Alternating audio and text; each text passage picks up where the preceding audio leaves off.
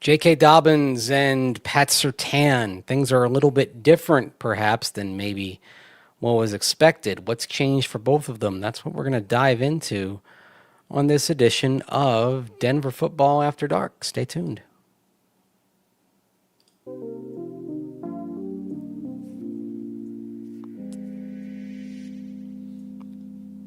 Friday night, where some of you are, Saturday morning here in the Mile High City. Early Saturday morning. Maybe it's Saturday afternoon where you are. It's depending on what part of the world you're in. It's Saturday afternoon in the part of the world that is on the television in the room I'm in right now, because I have the Australian Football League Grand Final on the television. The biggest sporting event going on in the world at this moment. I actually wonder if Australia's own Jeremy Crawshaw is watching that as we speak.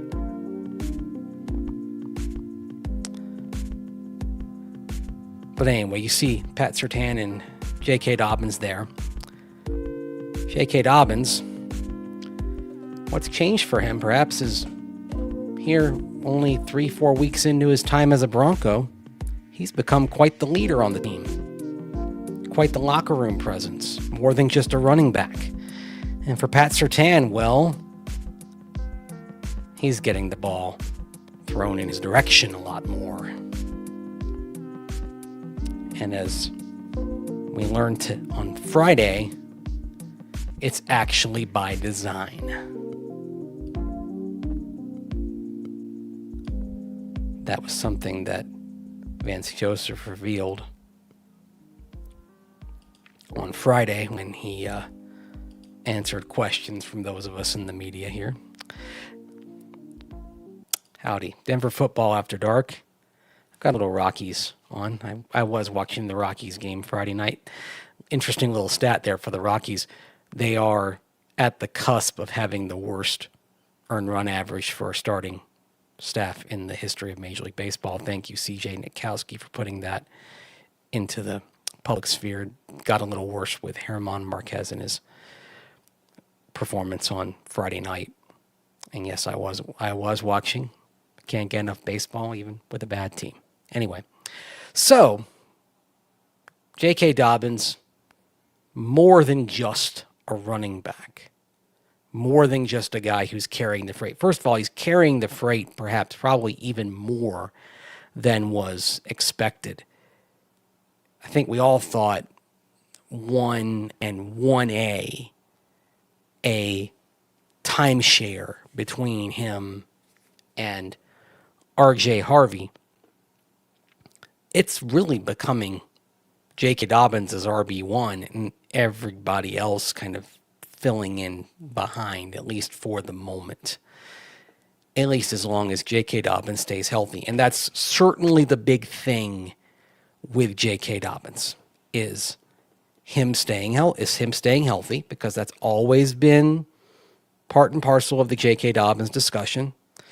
When he comes into Denver, having missed more games than he's played in his career, unfortunately, you have to discuss that. That is an inevitable part of the conversation. As the cliche goes, the best ability is availability. And unfortunately, the thing that has kept J.K. Dobbins from being regarded as one of the league's best backs, unfortunately, is availability. Because when he's been available, he's been terrific. And I think it's something that you've heard in the locker room a few times, that, hey, when this guy's healthy, he's one of the better backs in the league. And I think that's borne itself out so far this season. Maybe not in terms of the consistency, but in terms of the end sum average in terms of what he's getting on a per carry basis. So, but he's bringing more than that. He's bringing a locker room presence. He doesn't have the captain's C on his jersey, but he's bringing some leadership, some more leadership to the room. He's bringing a good locker room presence. He's bringing even a kind of a delightful personality. And that's something we see just in our conversations with him. It's something I see. I can tell you this, just a little vignette. The running backs in training camp, when they do their individual work, it's not far from where the media stands. And I would, some of the days I wear different hats to practice, and sometimes I would wear a hat that said like, you see the Canada hockey pennant behind me. I'd wear a Canadian hockey hat, and he would give me some crap for it when he'd see me wearing that, couple 3 days in a row, and I'd kind of give him some crap back about it and all that. But it was just in good fun. I mean, that's the kind of guy he is. Like most guys are kind of going about their business. They're not necessarily noticing the people around. They're not necessarily noticing the media. He is. He's, there's a humanity to him. Everybody matters to him. And he's always he's the type of guy who's reaching out and making connections and bridging gaps. And I can just seeing him kind of reach out and, making some jokes and making conversation there to somebody. I'd asked him a question before, but I didn't really know him, but kind of, reaching out like that. And then when I hear guys in the locker room talking about how he's emerging as a leader and how he's communicating with everybody, I'm like, well, I'm not really surprised, because I've seen that in him. That's the kind of guy he is, the kind of guy who's just reaching out to people. So I've seen, if I've seen that personality, I know everyone in the locker room's probably seen that personality as well. And takes all kinds of personalities to make up a locker room. You need, you got your quiet types, but you do need some kind of gregarious people who are kind of reaching out. And J.K. Dobbins is one of those types. Here's Adam Troutman talking about what J.K. brings to the locker room. Well, he has a really infectious laugh, specifically, and he loves to joke around and mess around, which is good. But then when we get out there, he came in here naturally as a leader. He just has it. He just has it in him. He's one of those guys, and he keeps people accountable. Or he's sometimes he's like, no, we just need to repeat that play or something in practice, So he's been great holding people accountable, and he's honestly evolved as a leader in this locker room very quickly. And then obviously, from a playing standpoint, I think he's unbelievable. Positive, accountable, and like Troutman said, evolving as a leader. I don't think it's something that everybody necessarily expected when he came in, especially coming in as late as he did. He comes in at the end of OTAs at the start of minicamp, so he doesn't have those weeks where they're all just lifting together, working out together, where a lot of those bonds kind of get forged.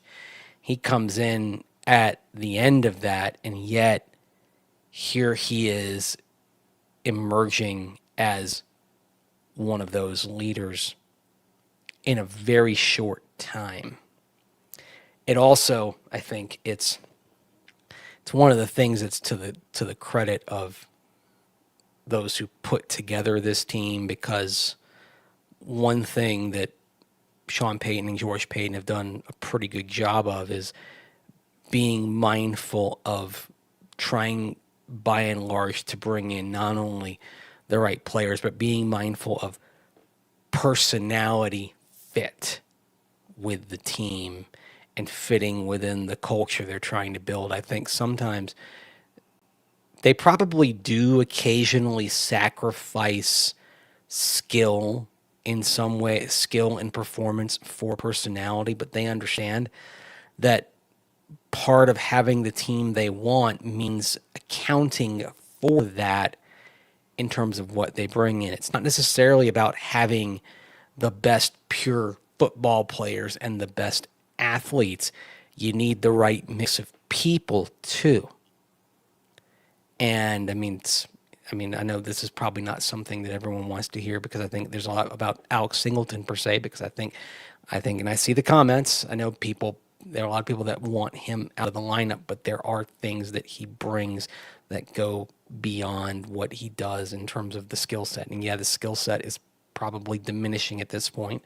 One thing that a couple of us were discussing as we were watching practice today is that or on Friday, I should say, is that he probably did not have any speed to spare, and he may well have lost that coming off the ACL injury. And one thing that we all know when a guy has ACL surgery and comes back from that is that they usually don't get that step back for a year after they come off of that.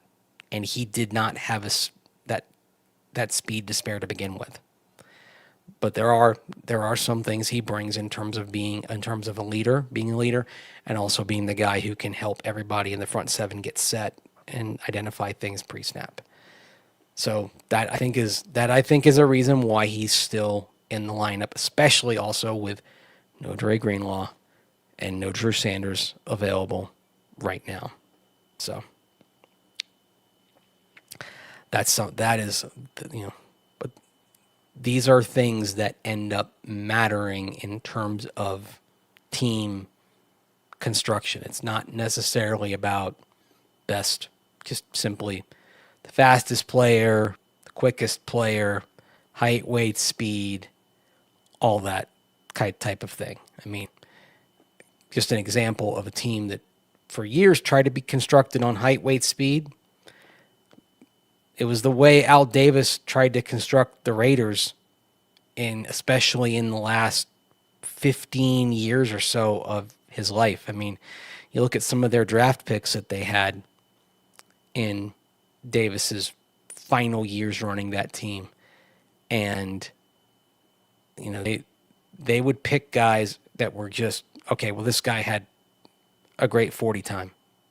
Nothing else about him, but he had a great 40 time.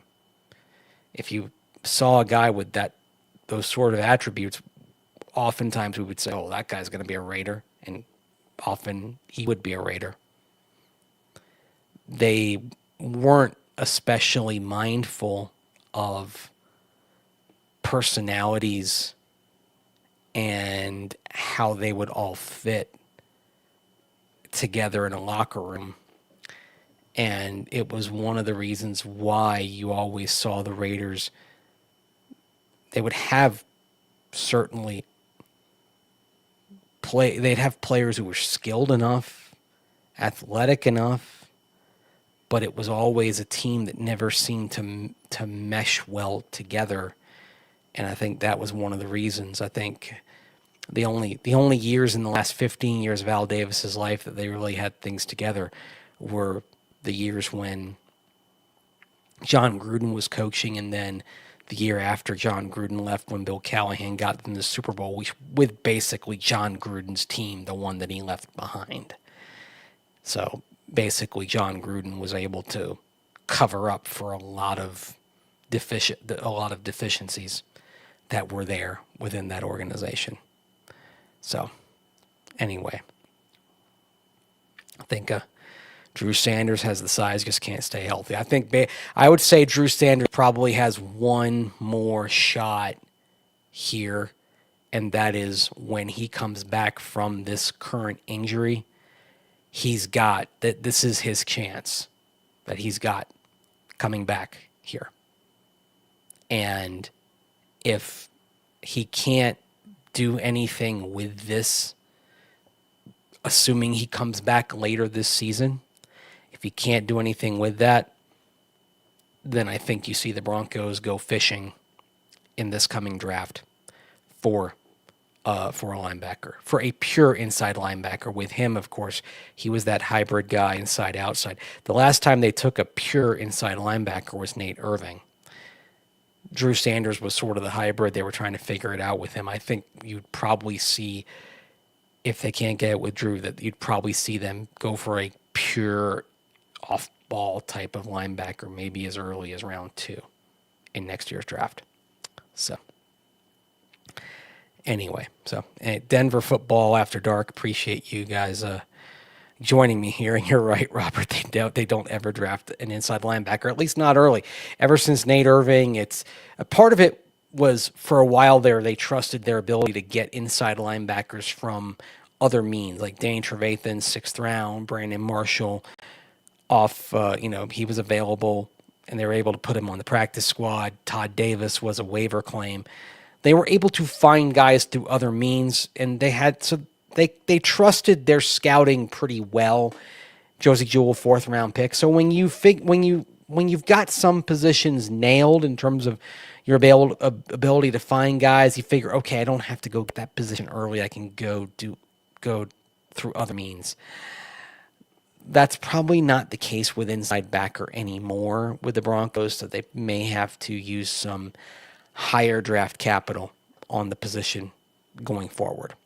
So that's the thing. Turn the lights on. You must be new here.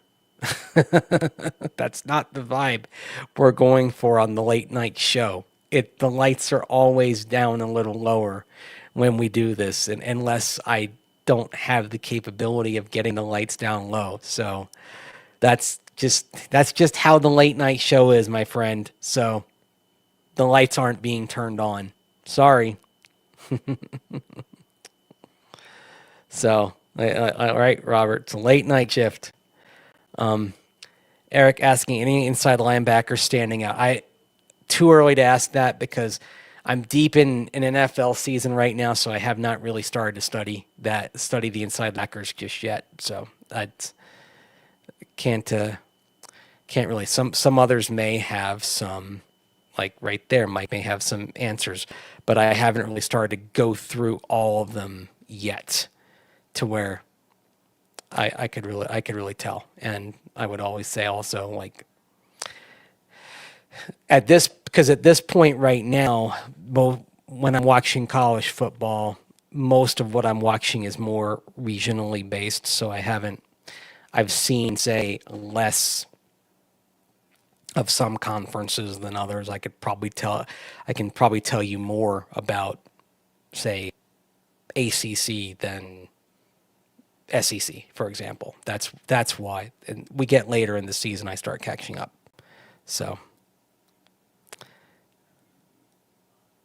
how determined was Bo actually look at practice? Blanket answer on all practice questions.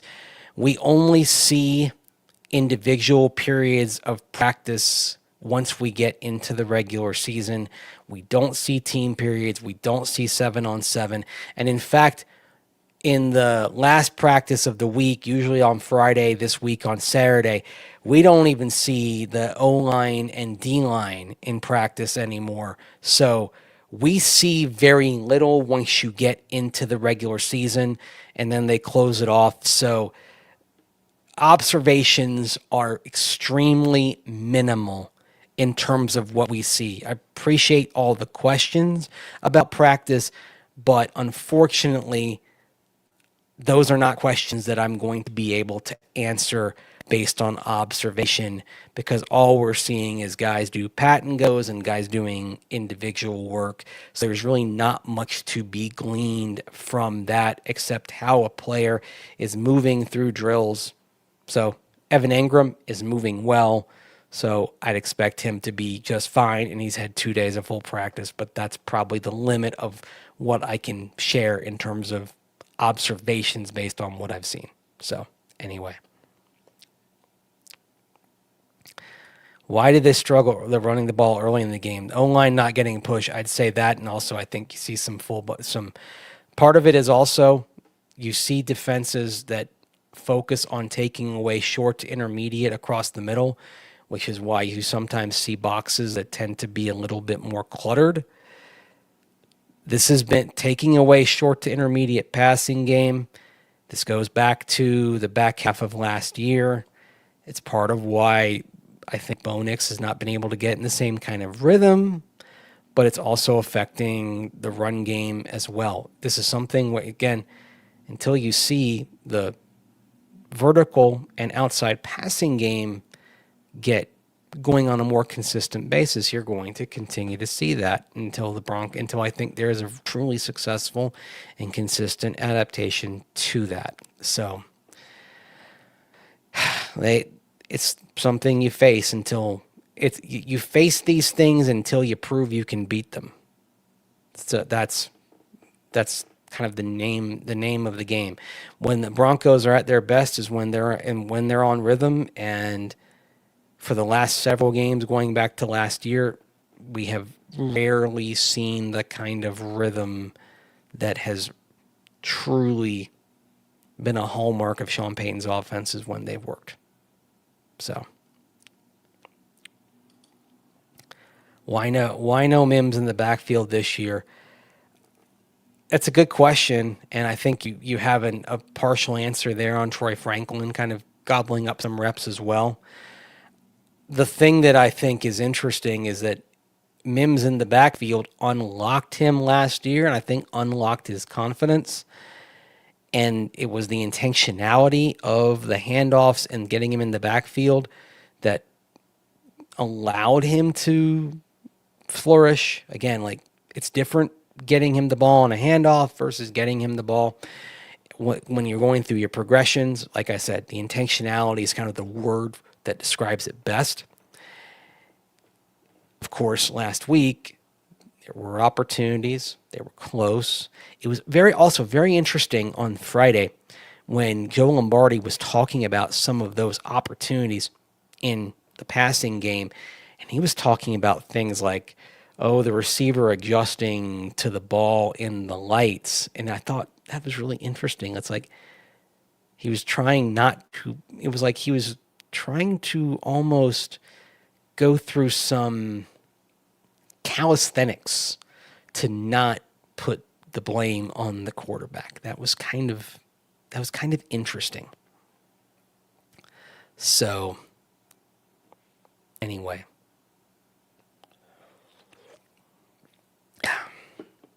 that was an interesting thought.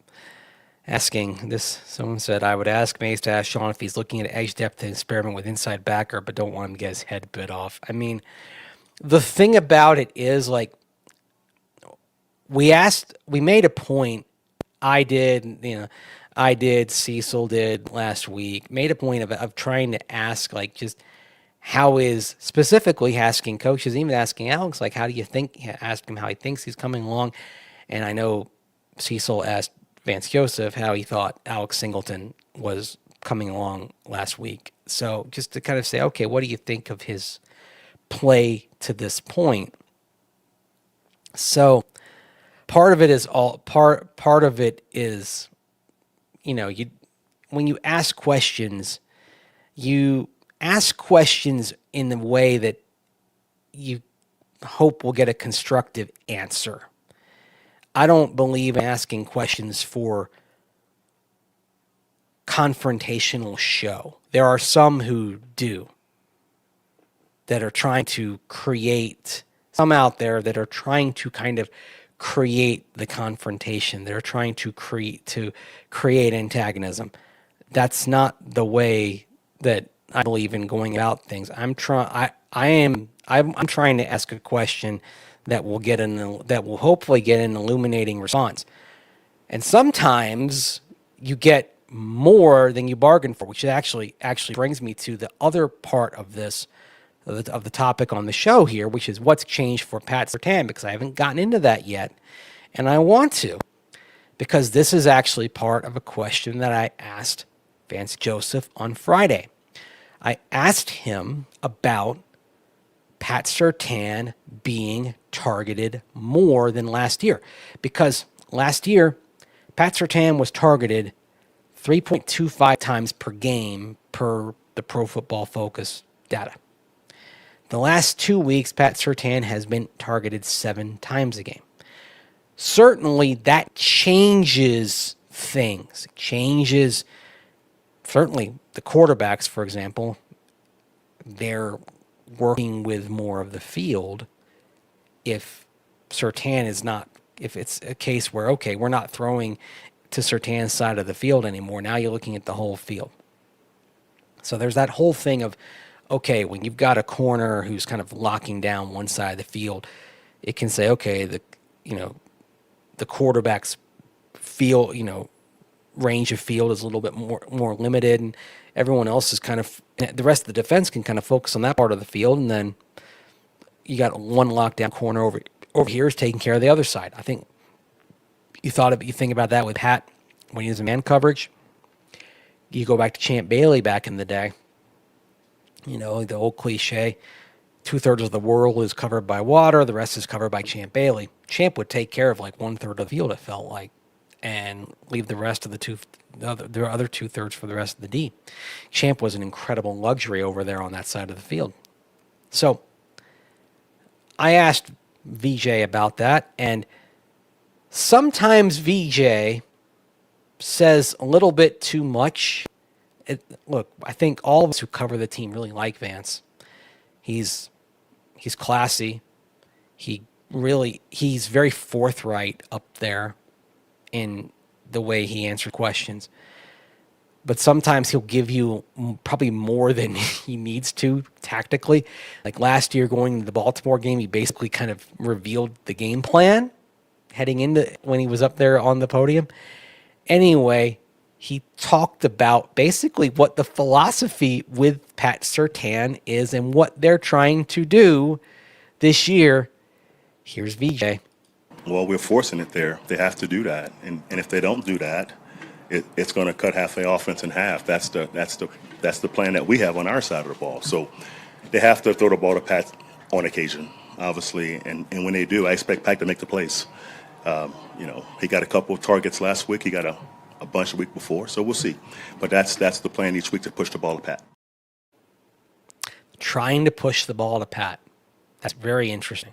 14 times targeted in the last 2 games. 9 against Indianapolis, 5 against the Chargers. So he's being thrown at more. He's allowing more. You see the data in terms of the passer rating when targeted is up compared to last year. But Vance Joseph is admitting that's what they're trying to do. They want the ball in his direction. Now, you have a quarterback coming in here on Monday, Jake Browning, who's a gunslinger. There's some Gardner Minshew, Ryan Fitzpatrick in him. So he's going to take some chances. He's not going to be afraid to throw in PS2's direction.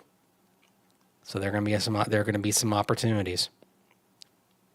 So anyway, by the way, Joey, what are you talking about? I'm right here. You left that at 12:51. I'm sitting 12:51 Mountain Time as I do this live. I'm sitting right here, man. So anyway, Robert asking, is it better to play dime to cover up an inside backer sufficiently having dime? I mean, you sacrifice bulk, but you pick up speed. I've suggested doing some more big nickel looks and going with an extra safety and using a Barron or using a PJ Lock in there, perhaps. I mean, I would probably try that more than before going with one of the reserve inside linebackers again, because your reserve inside linebackers. It would be Lavelle Bailey coming up from the practice squad. Look, the whole league had a chance to claim him off waivers and didn't. Karene Reed is a rookie, and he doesn't have a lot, and he obviously doesn't have experience. It's not, none of this, look, they don't have an ideal thing here, okay? Like, they don't have an ideal solution on the roster. And, oh, by the way, last year, remember when they brought in a couple of, they brought in a couple of veterans, Quan Alexander and Zach Cunningham. And, of course, they had Cody Barton and Justin Sternad. And they gave Cunningham and Alexander some long looks. And they decided neither of them was better than the guys they had. So it is what it is. You don't, as John Fox would say, nobody's coming to save us. You gotta figure it out. The other thing is, I know someone suggested it, and I know that's like the question about experimenting with your edge. I mean, that's where I do say, if you want to get Q Robinson on the field at some point, you might need to try him at an inside linebacker, because unless there are injuries at edge, there probably isn't playing time coming for him at edge, because literally the 4 guys above him at edge, as I mentioned right now, they're all in the top quarter of the league in terms of pressure rate. In Cooper, Benito. Benito's number 1. Benito is analytically the best edge rusher right now in football through the first 3 games of the season. Cooper's very good. Joan Ellis is off to a terrific start. Dondre Tillman's off to a terrific start in terms of generating pressure. These 4 guys are really good. There's no playing time coming for Q unless somebody gets injured. And oh, by the way, Ellis has another 2 seasons after this on his contract. Tillman, if they pick up his RFA tender after the 2026 season, which I assume they will, he's got 2 years of team control after this one. So there's a good chance this quartet of Cooper, Benito, Tillman, Ellis, that this could be your edge rotation for another 2 years beyond this one. So that is why I do agree with the notion that maybe you do try, at some point you do try Q Robinson, an inside linebacker, because it might be the way to get him on the field. There might not be another way to get him on the field otherwise. Because right now the fifth edge does not appear to be a guy who's going to be traded, going to be played, unless you trade him. I got ahead of myself with the word. So you did it with they did it with Baron Browning 4 years ago. It's the kind of thing where if I'm George Payton, George was around when they shifted Baron to the inside. Vic was the coach, George was the GM. So George has seen it. It's the kind of thing that I would not be surprised if it comes up in a meeting to get your guys on the field, especially with the clock really, really ticking on Drew Sanders, because here he is on IR, and oh, by the way, it's year 3 on his contract. I mean, time flies, man, on these rookie deals. Like it feels like yesterday we were talking about Drew Sanders being drafted, and we're already more than halfway down the road on his rookie contract. It just, man, it goes fast. It always goes fast. So, what up, Jose? What up? Dean Line does need to be better against the run. Well, you can't solely attribute it to Malcolm Roach not being out there, but that hasn't helped. You'll get him back in all likelihood for the Eagles game. We've seen him on the side field working out over the last couple of weeks, so that's a very good sign that he should be back pretty quickly, perhaps as soon as he's eligible to return, which would be for that Philadelphia game in Week 5. And just in time, boy, you really want him back against Saquon for that game. That's not a moment too soon. So anyway, Denver football after dark here on this. I almost said Friday, because I'm off on Monday Night Football weeks because Saturday is a football Friday. It's always odd when it's a Monday Night Football week and it's a football Friday in terms of how the Broncos are practicing. And then while they're practicing, I go back up to my desk in the media room at Broncos Park, powered by Common Spirit. Have to get that in there. And I pull out my iPad, and there's dozen college football games on and whatever, and I'm sitting there writing my usual Friday injury story or whatnot. Like, it's the rhythm of the week is completely off.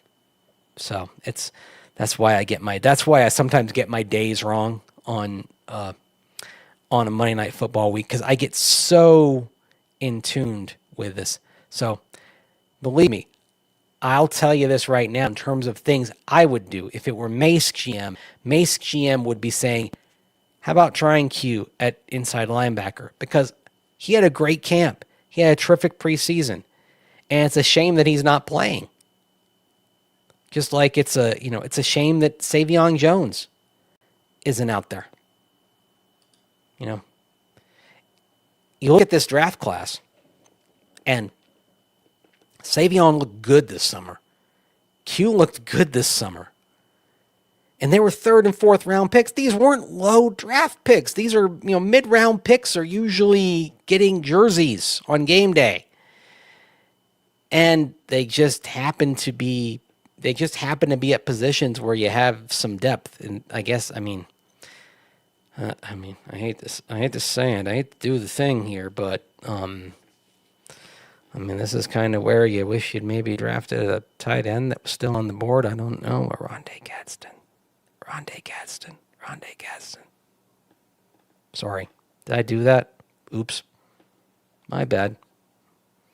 I do recall someone who resembles me talking about him as as one of many tight ends to consider in this draft class, but I digress. Anyway, I'm fine. I'm fine. Q can't be any worse than Singleton. Well, okay. Timeout. Okay. He's played half a season at Edge last year at Alabama before he got injured. He hasn't played inside linebacker before. So I would say, before you say he can't be any worse, remember that he would literally be playing a new position, and he hasn't, at least based on what we've seen, he hasn't been with the position group. The only thing we see is individual work, and he's been over with the edges. So you would be asking a guy to play a new position, and to say that he couldn't be worse. I would say he could be really, the first time out, he could be really bad playing a new position. And you say he couldn't be worse? No, he could absolutely be worse. His head could be spinning. With all due respect to Drew Sanders, do you recall when he had to play inside linebacker, when he got thrown in there back 2 years ago? Remember when they had to put Drew Sanders and Delarian Turner-Yell out there in 2023 when they went to Miami? Do y'all remember what happened that day? Do y'all remember how many points were on the board? If you put guys out there who really can't do it at that moment, who aren't ready, that's what can happen. You can give up more points than any team in the history of the sport, of the NFL, has given up in nearly 57 years. So I'm just saying, that's the kind of thing that can happen if you've got guys out there at a position who aren't ready. With all respect to Turner-Yell, remember what was happening. They went at him immediately, and it was like, oh God. The first series, it was like, oh God, this is going to be bad. I think back, my feelings watching the first possession of that game from Miami were very similar to the feelings I had, honestly, when I was watching the Kendall Hinton game on offense. I knew it was going to be bad, really bad. I'll say this: I didn't think it was going to be 70, but I thought they'd give up. I thought they'd give up 50 on that from that first series. I thought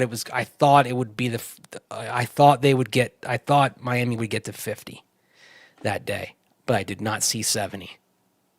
So anyway, it's I think you're right. It hurt. It was. I actually got some flack for saying that when it got to 70 and Miami was driving, that I was disappointed that they took a knee. because at that point, I wanted them to keep going only because as a historian of the game, I wanted to see history. I wanted to see the most points in the history of the sport. That was my only motivation there was, okay, personally, I could see something that had never happened before, 77 points. Because the previous record was you had 73.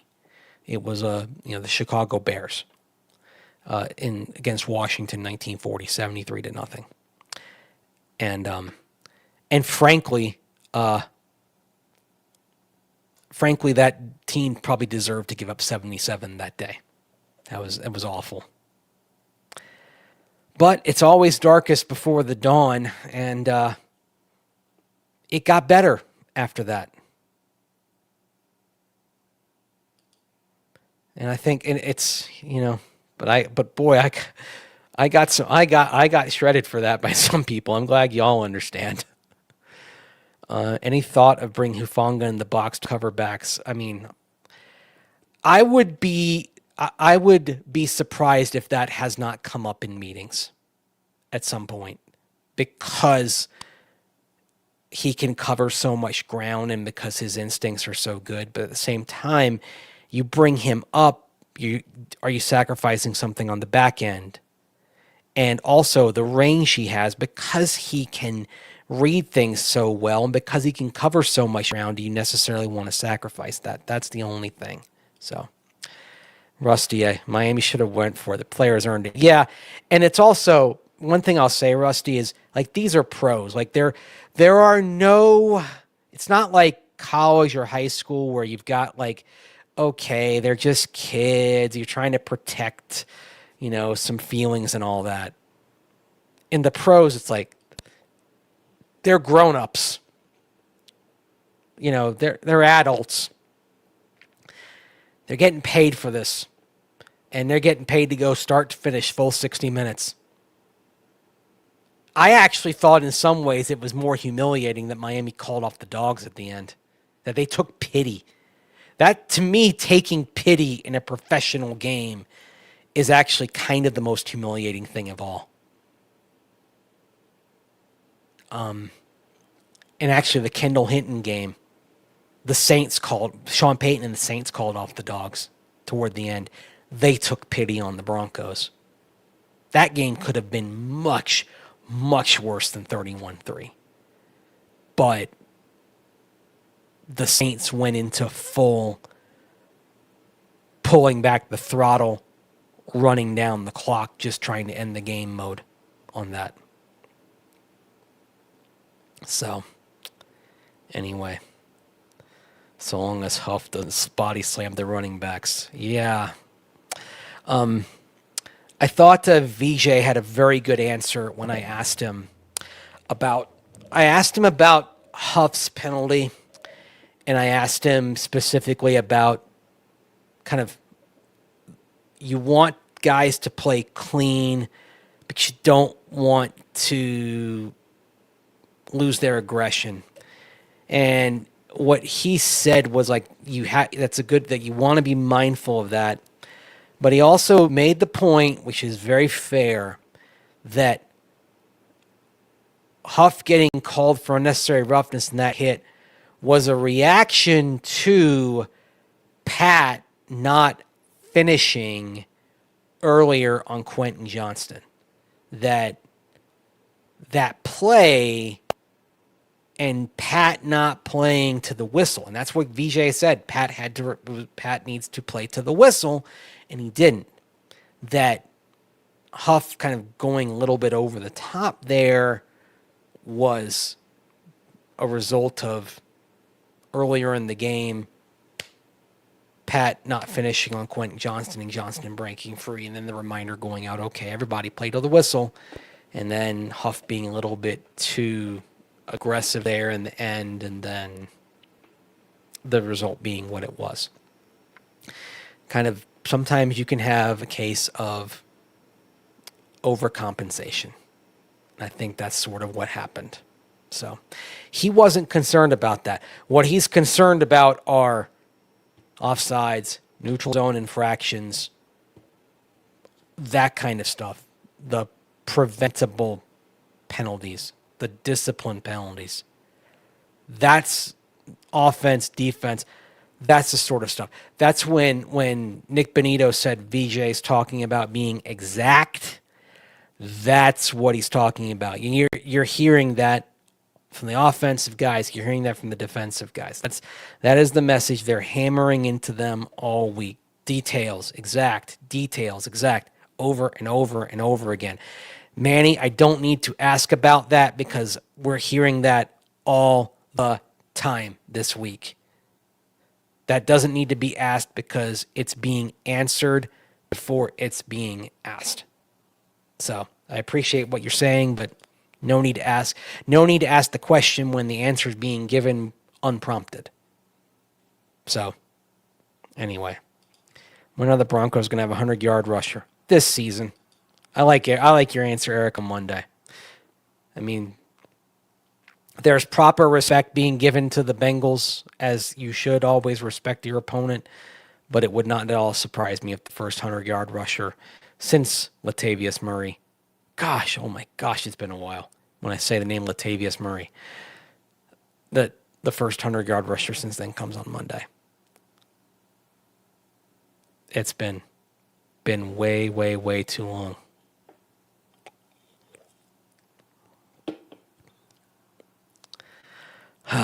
Man alive. Never thought it'd be that long.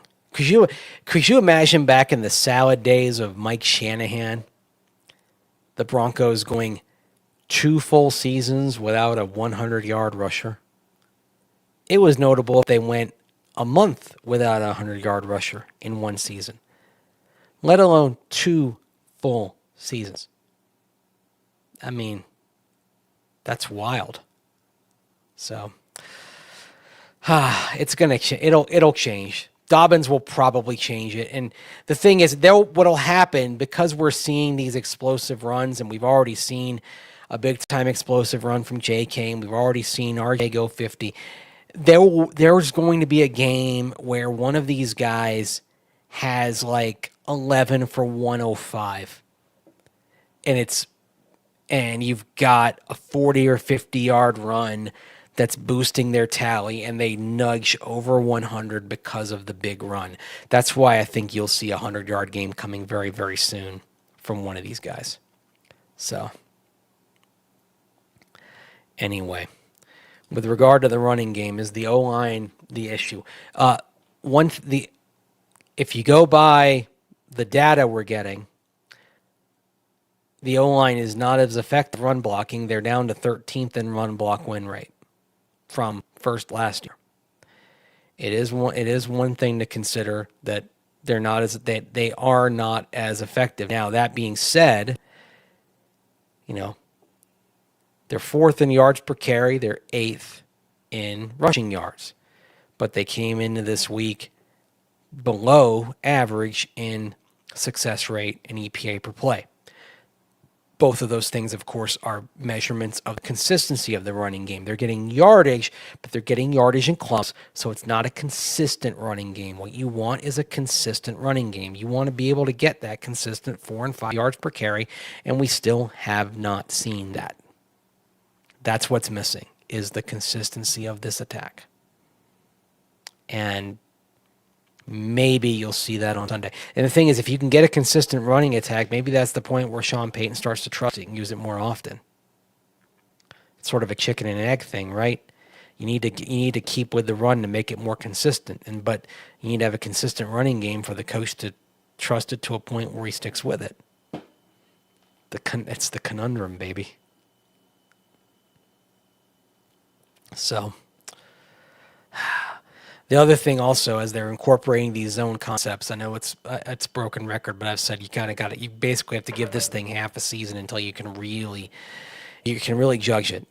Unfortunately, we're not in a patient environment in the NFL, and the coach always talks about the race to get better, and it's 3 weeks in, and they're 1-2, and they're 2 games back of the Chargers.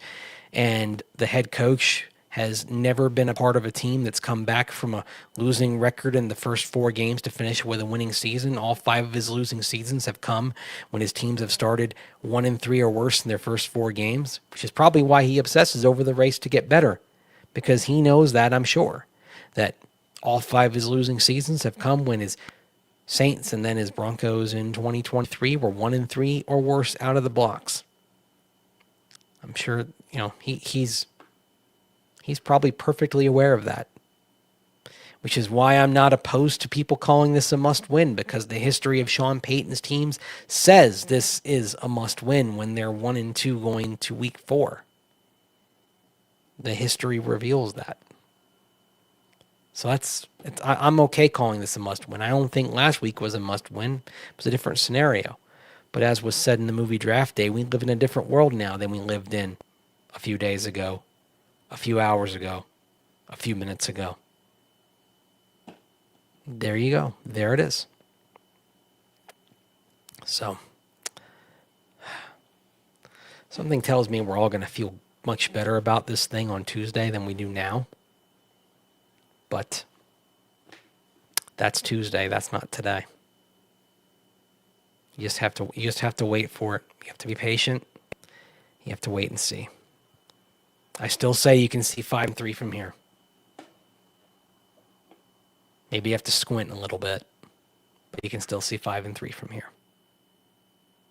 It's tough to be patient. It's tough to be patient, though. I get that. That's why this is why I'm glad I don't cover a team of which I'm a fan. I was actually mentioning this on social media. I had a response to something about the Braves on Friday, and then someone responded to me, and I was telling a story about how earlier this year I was covering a Braves-Rockies game, Braves-Rockies series down at Turner Field, or not Turner Field. Gosh, Truist Park. Why am I thinking of Turner Field? Anyway, and there was, I'm in the press box. I'm cool and I'm neutral. No cheering in the press box, and all that.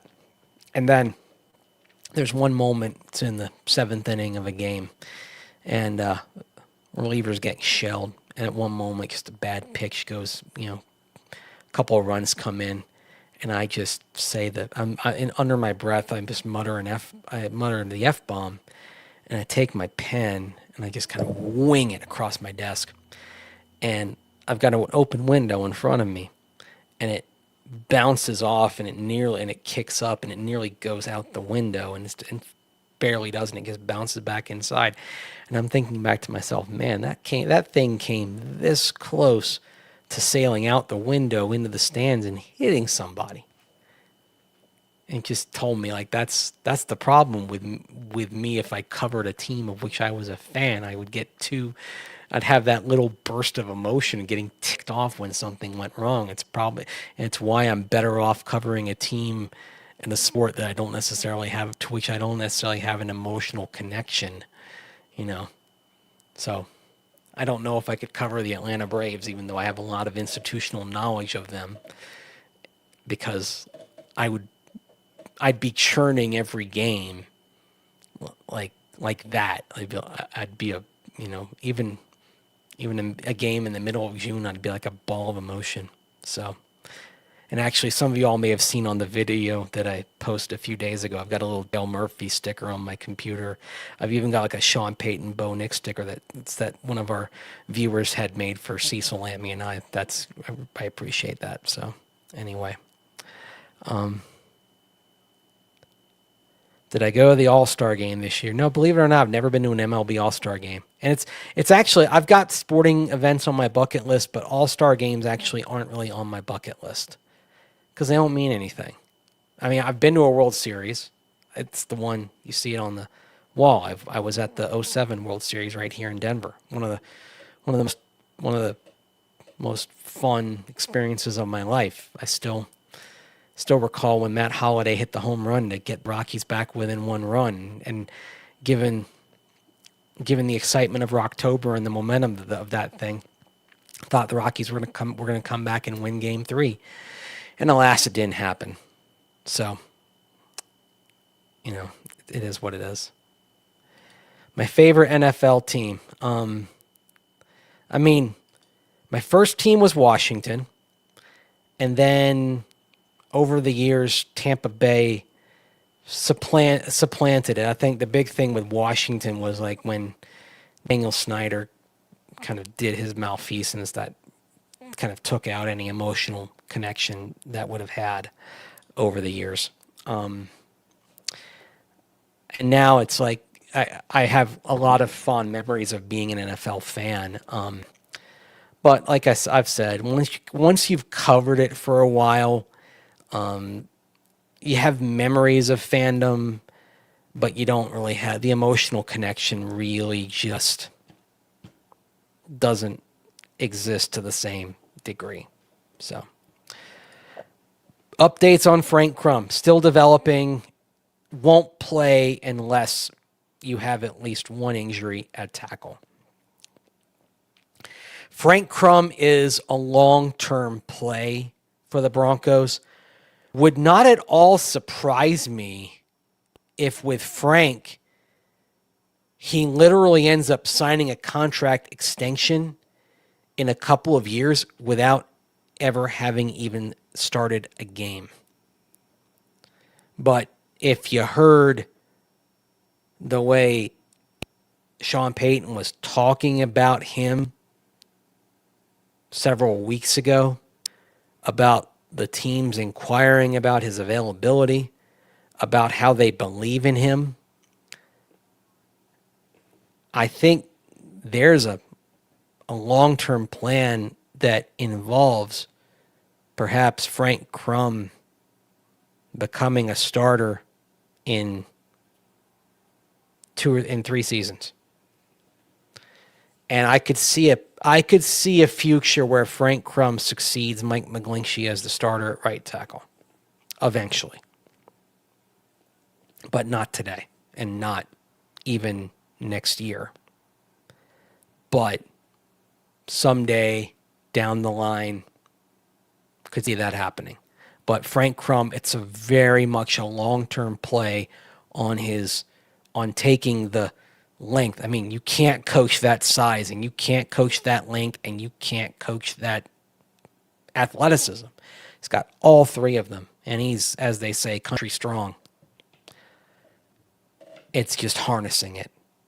He's come a long way. Incredibly raw, but he's come a long way in the last year. So, where do you start building institutional knowledge on a team? It's something that you just have to. You know what? If let's take the Broncos. You know what? You can even start when you're just. I mean, you can even start when you're a fan, just observing and watching and just taking it all in. You can do it bit by bit by bit by bit. And then, of course, if you cover the team, you just keep accumulating and accumulating and accumulating. It doesn't happen overnight. It takes a long, long, long time, though. So, I appreciate it, Rusty. And when I was 10, I flew to Denver to see the Broncos at Old Mile High. Super Bowl 32 team. Played an flag football exhibition match against a squad of Bronco All-Stars. That sounds really awesome. I have to think, I would imagine, Rusty, that they may do something like that when they close the current stadium before it goes. That they might have that in a few years because it definitely seems to be a when they move out of Empower Field at Mile High and go into a new stadium, that they'll have something in play to commemorate it and celebrate what would probably be 30 seasons there. And it maybe something like that, like a flag football exhibition, probably involving the Super Bowl 50 team, I would imagine. That would be pretty cool. I could see something like that. So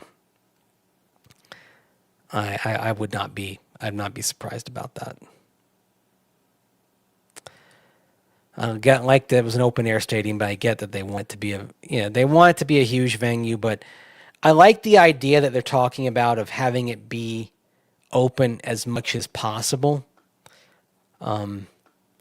What I hope they do is they have it be open air. I want the press box to be open air, and because I like being able to feel the atmosphere, feel a crowd.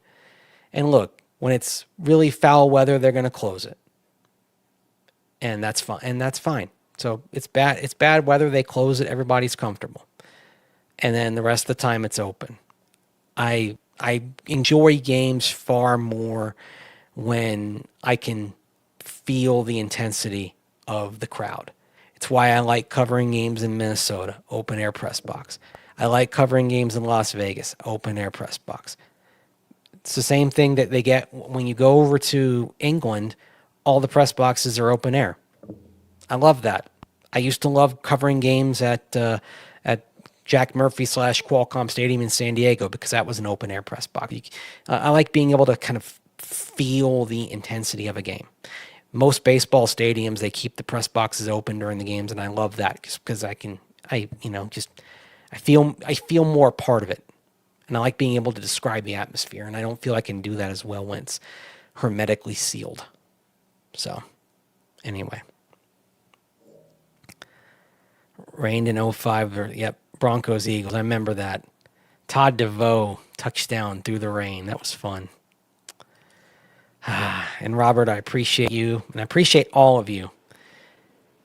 And I'll say this. I don't think I give everyone what you want to hear. That is one thing. I just try to answer as many questions as I can. But I know sometimes I don't tell everyone what they want to hear. If I told everyone what they wanted to hear, I think I'd be telling everybody there'd be a new inside linebacker. But that's not the way it goes. So it is what it is. You just have to hope that Alex Singleton can play some better football than he has the last 3 weeks.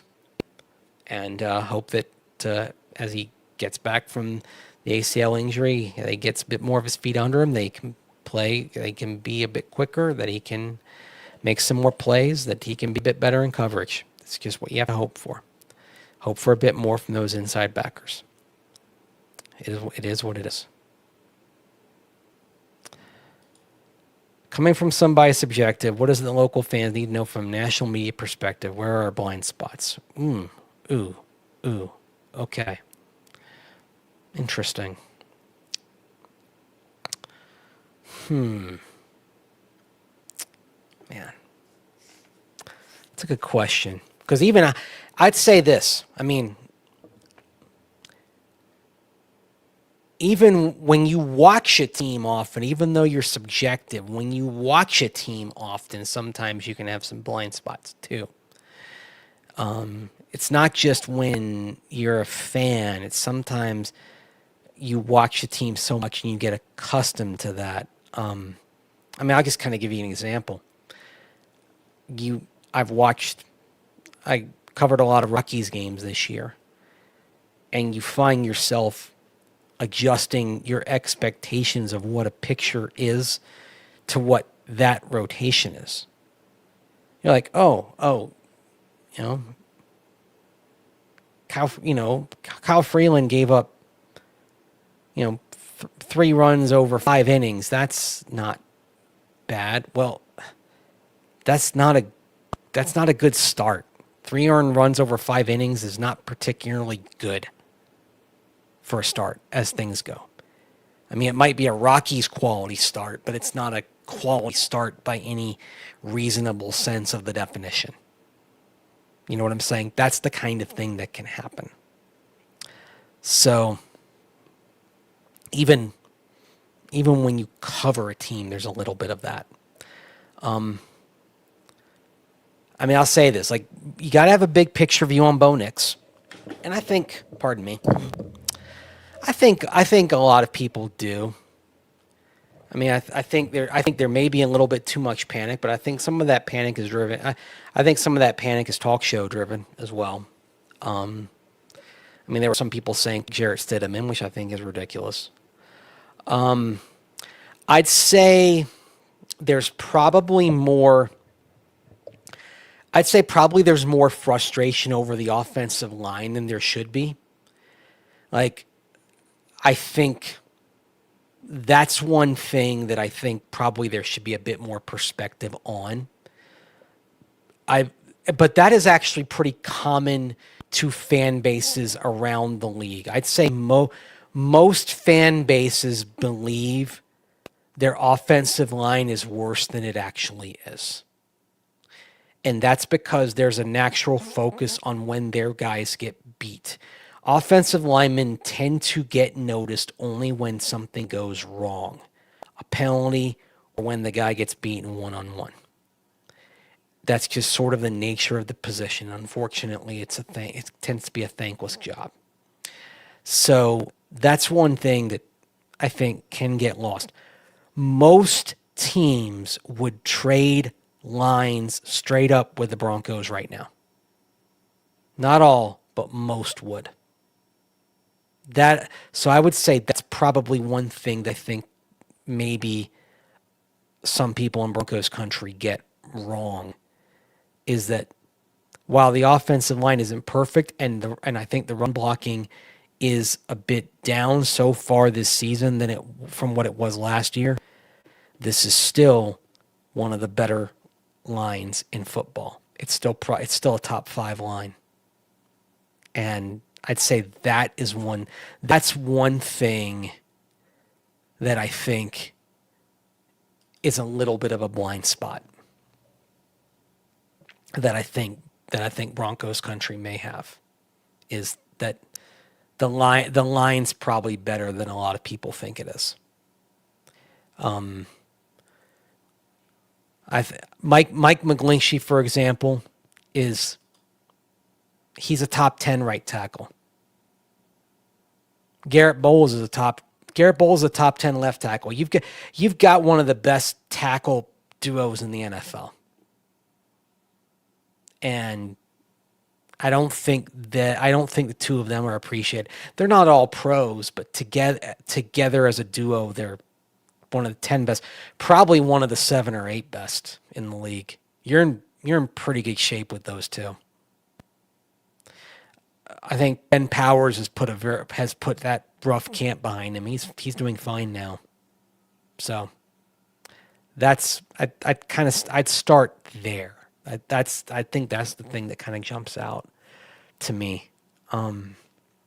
But again, I think that's something that a lot of fan bases are guilty of, especially fan bases that have pretty good offensive lines, I think. But it is the nature of it. I've seen this. I saw it even with Carolina, the years that I covered the Panthers. And that's another thing. Getting to go cover another team for a couple of years actually helped illuminate my perspective on Broncos country, because it sort of did tell me that a lot of the angst that fan bases feel is kind of the same. Now, Broncos country is probably a bigger fan base than the Panthers fan base, but I think the angst that each fan base feels, and even the frustration each fan base feels with certain things, it's the same. And I can even tell you that when I was out there, the years I covered the Panthers, they had a great offensive line, kind of like the Broncos have a very good offensive line right now. But even then, I think that fans probably didn't appreciate how good that line was. So that might be it. Underutilizing Mims. Oh man, there's a suggestion. A.T. Perry at tight end. He's a little slender for that, unfortunately, Osvaldo. If you've seen his lower body, the legs are a little bit slender for him to be tight end. But I like the suggestion because it would get him on the field. Pete Carmichael especially is still very much a believer in A.T. Perry, and still is the guy that will stand on the table for him. So, anyway. Love Stiddy. Bo Moore, though, just mad hypnotized by his preseason, the way he sets before he throws. Bo is just better, but doing everything to make it more difficult. Yeah, like that. And I agree with you there. And I think Tim Jenkins actually in his video had it nailed. That extra step that he's taking that he doesn't need to take.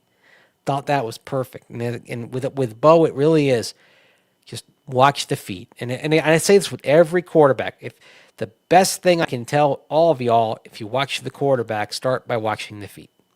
And that was something I was told a long time ago. I was told 25 years ago, watch the feet. I was like, it was actually the late Gil Brandt who first told me that you can learn, you can see a lot from the quarterback by watching his feet first. So that's, again, accumulated knowledge. That's one of the things that you can start from there. Watch the feet first. So Evan, some questions there. Yep, Evan Engram. We'll find out officially on the injury report on Saturday, but he's been full practice 2 days. And another indication, if there was a chance Evan Engram wouldn't play, he would not have talked with the media on Friday, but he did talk with the media in the locker room on Friday. That should tell you that he's good to go. So anyway, so that's a very, very good sign. So Denver football after dark here on this Saturday morning as we kind of wrap this up here. Heading into Saturday, like I said, football Friday on the typical week calendar. Broncos will have a practice around midday on Saturday. That's when we'll get our final brief look at much of the team. We'll get the injury report about mid-afternoon. Sean Payton will talk at about 2 p.m. Mountain Time. Usually his last press conference of the week tends to be more of a philosophical affair, so we'll probably hear some things from him. Maybe not necessarily newsworthy, but we'll hear a few things as well. Show tomorrow. Probably. It depends. It actually may depend a little bit on kind of how the CU game goes. Because believe it or not, I may have some work to help out with coverage of the CU game from remotely. So that's actually the thing that may kind of be a hang up with that, because my actual paying job, my primary job, may come into play with that. So that's the only thing. So I can't guarantee it. There will be an orange and blue today on Saturday. So be looking for that. It may not be a live version, but there will be an orange and blue today that will fire at 5 p.m. Mountain Time on Saturday. Just so it's just like a football Friday. So there will be an orange and blue today, recapping where everything stands on on Saturday with the Broncos. So be looking for that. And Cecil Lammy and I will have an orange and blue today previewing Sunday's game. That will be immediately after the late games end on Sunday. So the late afternoon games will end. So as soon as you're done watching Ravens Chiefs, come on here to YouTube or the Mase Denver social channel or the Denver Sports social channels, and we will be talking about the Bengals game, the Broncos-Bengals game, and probably talking a little bit about the impact of the Sunday games on the Broncos and what they're going to be, and how that affects where the Broncos stand in the race as well. So it'll be a combo Monday Night Football preview / recap of Sunday's games and kind of resetting where things stand for the Broncos in terms of the divisional and the AFC race, sort of, 1/4 of the way through the season. So that's sort of the programming notes for the next couple of days. So probably a Saturday night, Sunday morning show for Denver football after dark. But if not, there will be a show. There will be an orange and blue today. Just me with Cecil Lammy on assignment on Saturday. So I will be flying solo on OBT on Saturday. And that's another reason why may not be an After Dark on Saturdays, because you are getting a solo OBT with me. So it's not like I'm not doing a show. It's just going to be in that format. So that's why. And yes, the new Ralphie can absolutely book. So anyway, my ideal World Series coming up. Okay, I always have a habit, if I don't have a team in the postseason, my habit is always to pull for the team that has the longest drought, because I want to see a fan base rewarded. So, go Mariners. Their fans deserve a championship. And having lived in Seattle, I have a soft spot for the Mariners. I love T-Mobile Park. It's one of my top 5 parks in baseball. I've had some wonderful times attending games there over the years. When I lived there and the times I've been back in Seattle, I've been to T-Mobile. So I've been to T-Mobile a bunch of times over the years. It's a great place to watch a game. Great neighborhood around there, all that. So, yeah, I'll be pulling for the Mariners in the postseason, pulling for the big dumper. How can you not like Cal Raleigh? So that's where it is. The purple and black's got to go. Yeah. By the way, they had these huge sales at Coors Field throughout the back half of the season, like these 60-70% off sales, and I got this thing for $20. This is great. I love, and it's the state flag thing. They did this a few years ago. I liked it. So I have a hat like this, and I have the shirt like this. So anyway. So yep. But the Mariners. That's who I'm pulling for in this postseason. The team that has a long drought, a fan base that deserves to be happy. The Mariners fans have suffered enough. Give those people a championship. I mean, shoot, they had to wait. They had to wait 19 seasons before they finally got in the postseason to begin with. So, yeah, they've never been to a World Series, let alone won one. So, absolutely, gotta pull for the Mariners in this postseason. So, anyway, that's my advice to all you neutral baseball fans out there. Go for the Mariners in the playoffs. That's the horse you got to ride here in the postseason. So anyway, Denver Football After Dark for this Friday into Saturday night. Like, comment, share, subscribe. By the way, the Brisbane Lions are the winner of the Australian Football League Grand Final. I do wonder if Jeremy Crawshaw stayed up for the entire thing, or if he went to bed and is going to watch this thing on DVR. So anyway, appreciate you joining me for this show, and hope you have a great Saturday, a great college football Saturday, or Sports Saturday, whatever you're going to watch and enjoy wherever you are. And I'll talk to you on Orange and Blue today, late Saturday afternoon, wrapping up everything from the Broncos as they go through their final day of practice before the big Monday Night Football game against the Cincinnati Bengals. Until next time, take care. Thanks for watching.